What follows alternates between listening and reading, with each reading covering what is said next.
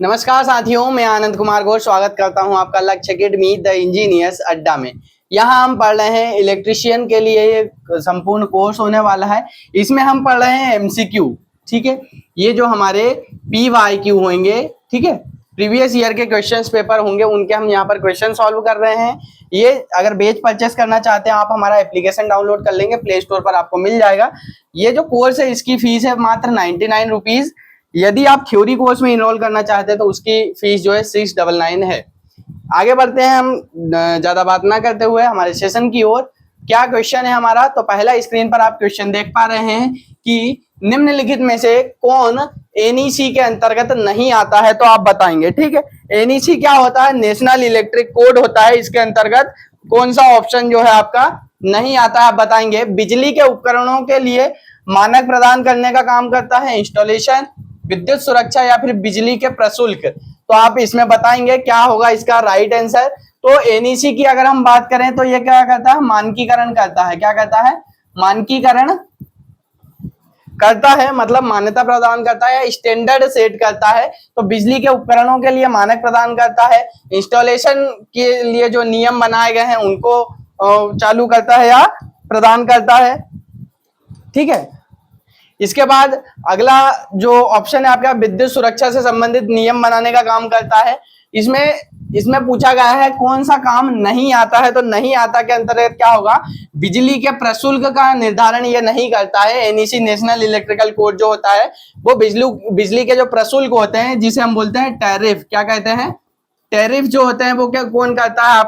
आपका जो स्टेट होता है वह डिफाइन करता है कि किस स्टेट में कितना टैरिफ वसूल किया जाएगा, कितना चार्ज लिया जाएगा बिजली के शुल्क पर यूनिट पर। ठीक है, पर यूनिट पर कितना चार्ज लिया जाएगा ये कौन डिफाइन करता है या डिसाइड करता है? आपका जो भी स्टेट होगा, MP government, UP government, Jharkhand government, जो भी गवर्नमेंट होगी आपकी वह डिसाइड करेगी। ठीक है, तो इसका सही आंसर क्या हो जाएगा? इसका सही आंसर हो जाएगा डी वाला, मतलब बिजली के प्रशुल्क कौन नहीं करता है? तो एनईसी नेशनल इलेक्ट्रिकल कोड बिजली के प्रशुल्क नहीं बनाता है। ठीक है, इसके बाद अगले क्वेश्चन की ओर बढ़ते हैं हम। तो एक तापन वस्तु जिसे बोलते हैं हीटिंग एलिमेंट के रूप में उपयोग करने के लिए सबसे उपयुक्त पदार्थ कौन सा होता है? क्वेश्चन ये पूछ रहा है कि जो हीटिंग एलिमेंट होता है वो किस धातु का बनाया जाता है, आपको बताना है। तो यहाँ पर ऑप्शन दिए गए हैं। तांबा दिया गया है जिसे हम बोलते हैं कॉपर कहते हैं। ठीक है, चांदी जिसे कहते हैं हम सिल्वर कहते हैं, एजी से डिनोट करते हैं इसको सी से।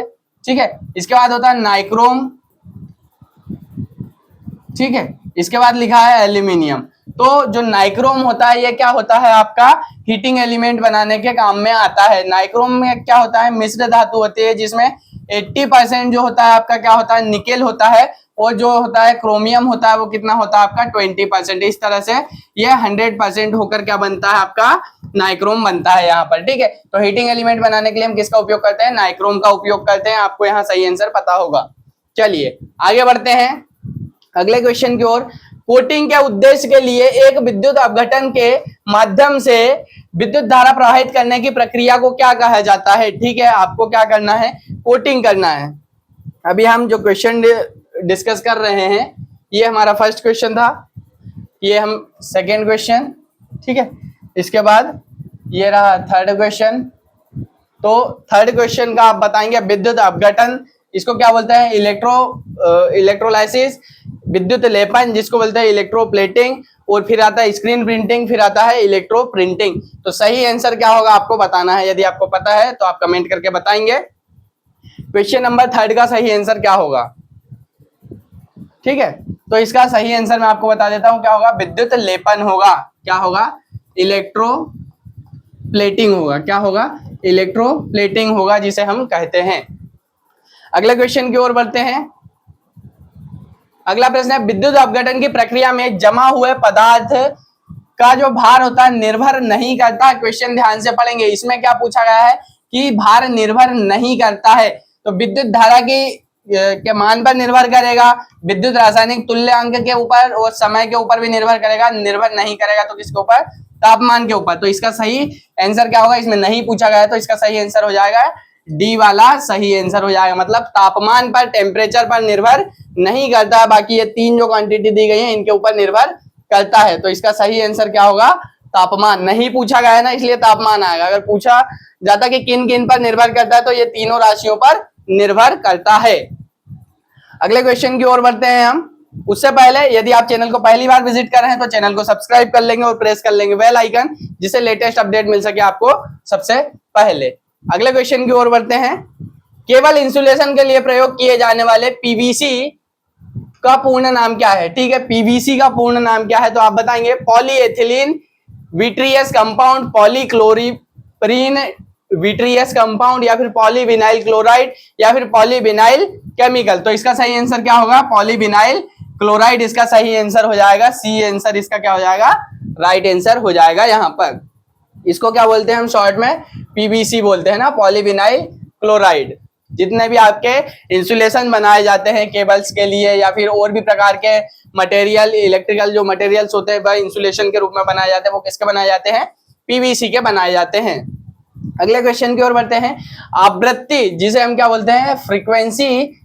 ठीक है, आवृत्ति हर्ट्ज वाली एक फ्रीक्वेंसी तरंग की समय अवधि के लिए लिया गया सूत्र क्या होगा? समय अवधि निकालना है। क्या निकालना है? समयावधि। ठीक है, तो समयावधि के लिए फॉर्मूला कौन सा होगा आपको बताना रहेगा। T is equal to pi F, T is equal to F upon T, to T is equal to 1/f। तो इसका सही आंसर क्या हो जाएगा? सी वाला सही आंसर हो जाएगा। क्या होगा? टाइम पीरियड निकालना है, समयावधि निकालना है, तो 1/f इसका फॉर्मूला होता है। ठीक है, टाइम के इनवर्सली प्रोपोर्शनल होती है आपकी फ्रीक्वेंसी। अगले क्वेश्चन की ओर बढ़ते हैं। अगला क्वेश्चन है, एक चक्र में रेडियंस की संख्या कितनी होती है? एक चक्र में रेडियंस की संख्या की अगर हम बात करें तो 2 पाई होती है रेडियंस की संख्या। तो इसका सही आंसर क्या हो जाएगा? डी वाला सही आंसर हो जाएगा। अब यहाँ पर समझ लेते हैं ये जो क्वेश्चन पेपर है कि कौन से क्वेश्चन है। तो ये पिछले वर्ष जो टीए की वैकेंसी आई थी 2018 में, तब का ये क्वेश्चन पेपर हम सॉल्व कर रहे हैं। एलए जो होता है लाइनमैन या लाइन अटेंडेंट, जिसे हम मध्य प्रदेश में कहते हैं, लाइन परिचारक, उसकी वैकेंसी में आए हुए क्वेश्चन है। वो जो टीओ होता है ट्रेनिंग ऑफिसर प्रशिक्षण अधिकारी, उनकी वैकेंसीज में आए हुए ये क्वेश्चन हम यहाँ पर डिस्कस कर रहे हैं। तो आपको समझ में आ रही होंगी ये चीजें। चलिए, एक साइन तरंग का वर्ग माध्य मूल, जिसे आरएमएस वैल्यू बोलते हैं हम, root mean square value, Khalistan के बराबर होता है। किसके मान के बराबर होता है? तो ये होता है आपका समान मान की डीसी वोल्टेज के बराबर, है ना। समान मान की जो डीसी वोल्टेज होगी उसके बराबर होता है। तो इसका सही आंसर क्या हो जाएगा? ए वाला इसका सही आंसर हो जाएगा। अगले क्वेश्चन की ओर बढ़ते हैं। एक परिपथ में प्रेरित संधारित्र द्वारा विकसित एसी परिपथ के एक उपकरण को सामान्य तौर पर क्या कहा जाता है? जहां पर क्या लिखा हो? संधारित्र भी लगा हो, प्रेरित्र भी लगा हुआ, मतलब यहाँ पर एक क्या लगा हुआ है?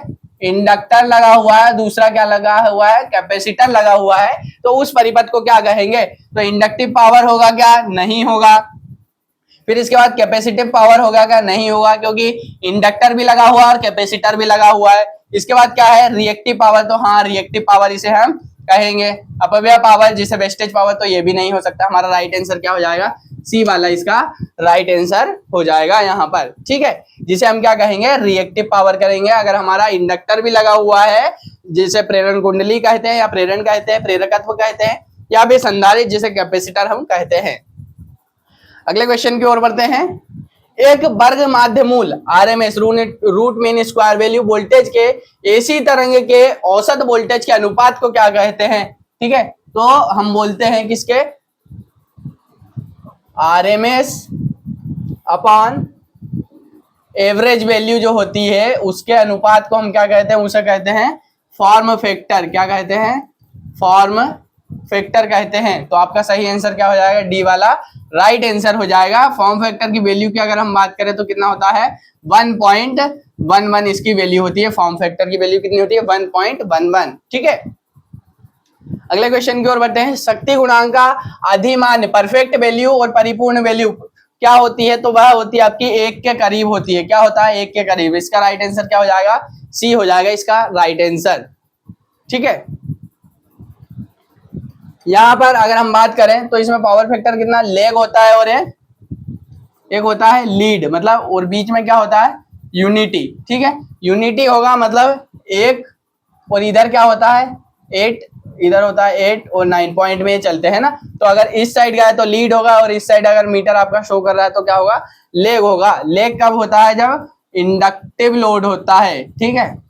वो जब कैपेसिटिव लोड होता है, जब क्या होता है, लीडिंग पावर फैक्टर होता है आपका। इसको बोलते हैं आप पश्चगामी, इसको बोलते हैं अग्रगामी, मतलब आगे चलने वाला। आगे चलने में क्या होगा, आपकी धारा आगे चलेगी और जो वोल्टेज होगा धारा के पीछे रहेगा। और लेगिंग में क्या होगा, जो करंट होगी वो पीछे रहेगी और वोल्टेज क्या होगा, वोल्टेज आगे रहेगा। ठीक है, अगले क्वेश्चन की ओर बढ़ते हैं। एक 3 फेज आपूर्ति के फेजों के बीच फेज अंतर क्या होता है, तो फेज अंतर होता है 120 डिग्री का होता है फेज अंतर। ठीक है, कितने डिग्री का होता है, 120 डिग्री का फेज एंगल बनता है इस तरह से। ठीक है, RYB ये जो हमारा फेज एंगल बनता है कितने डिग्री का बनता है, 120 डिग्री का यहाँ पर फेज एंगल बनता है। चलिए अगले क्वेश्चन की ओर बढ़ते हैं। भू संपर्कन के लिए आवश्यक है, क्या आवश्यक है, उपयोगकर्ता और मशीन की सुरक्षा, ओवरलोड से सुरक्षा, एमसीबी की सुरक्षा, बिजली की कटौती के दौरान सुरक्षा। तो इसके लिए सही आंसर क्या होगा, उपयोगकर्ता और मशीनों की सुरक्षा के लिए हम भू संपर्कन करते हैं, अर्थिंग का उपयोग करते हैं। अगले क्वेश्चन की ओर बढ़ते हैं। निम्नलिखित में से कौन सा एक अर्धचालक पदार्थ है, ठीक है, आपको 4 विकल्प दिए हैं, इंडियम, तांबा, आर्सेनिक और सिलिकॉन। तो सिलिकॉन क्या होता है आपका, एक क्या होता है, अर्धचालक पदार्थ होता है, सेमीकंडक्टर होता है। इंडियम और आर्सेनियम की हम क्या मिलाते हैं, इसमें अशुद्धि मिलाते हैं, तब जाकर क्या बनता है आपका प्योर एक अर्धचालक बनता है। तांबा क्या है आपका, एक कंडक्टर है ना, एक चालक होता है। तो इसका सही आंसर क्या हो जाएगा, इसका डी वाला सही आंसर हो जाएगा। ठीक है, अगले क्वेश्चन की ओर बढ़ते हैं हम। पी प्रकार के अर्धचालक में मुख्य वाहक क्या होता है। देखो इसमें जो पी और एन टाइप के हमारे चालक होते हैं, अर्धचालक होते हैं, उनमें मुख्य वाहक की अगर बात करें तो पी में क्या होता है, आपके छिद्र का उपयोग किया जाता है, जिसे हम बोलते हैं होल्स बोलते हैं। क्या कहते हैं, होल्स कहते हैं, जो किसमें आता है आपके पी प्रकार के अर्धचालक में। तो यहाँ पर एक और क्वेश्चन आपका क्लियर हो जाएगा, डाउट क्लियर हो जाएगा कि जो एन टाइप के अर्धचालक होंगे उनमें किसका उपयोग करेंगे हम, उसमें उपयोग होगा इलेक्ट्रॉन्स का। किसका उपयोग होगा, इलेक्ट्रॉन का। आवेश वाहक, जो अधिकतम आवेश वाहक होते हैं वो कौन होते हैं, पी पदार्थ में होंगे तो होल्स होंगे, और एन पदार्थ में होंगे तो कौन होंगे, आपके इलेक्ट्रॉन्स होंगे। आपको ये समझ में आ गया होगा।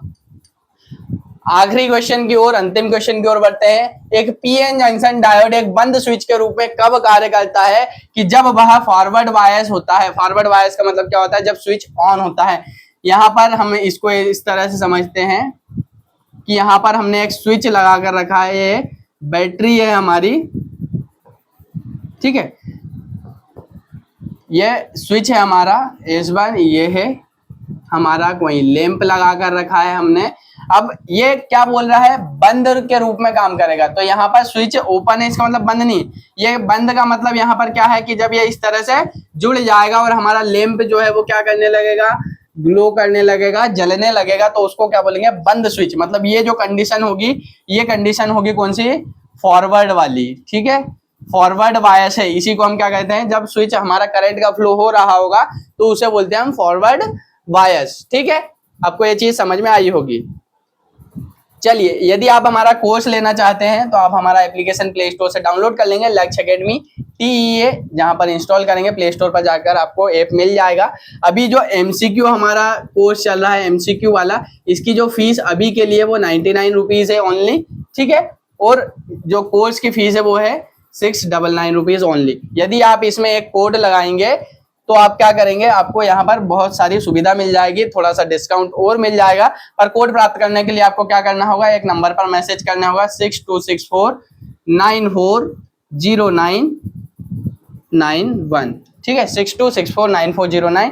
इस पर आपको क्या करना है, व्हाट्सएप मैसेज करना है। ठीक है, इस पर आप व्हाट्सएप मैसेज करेंगे।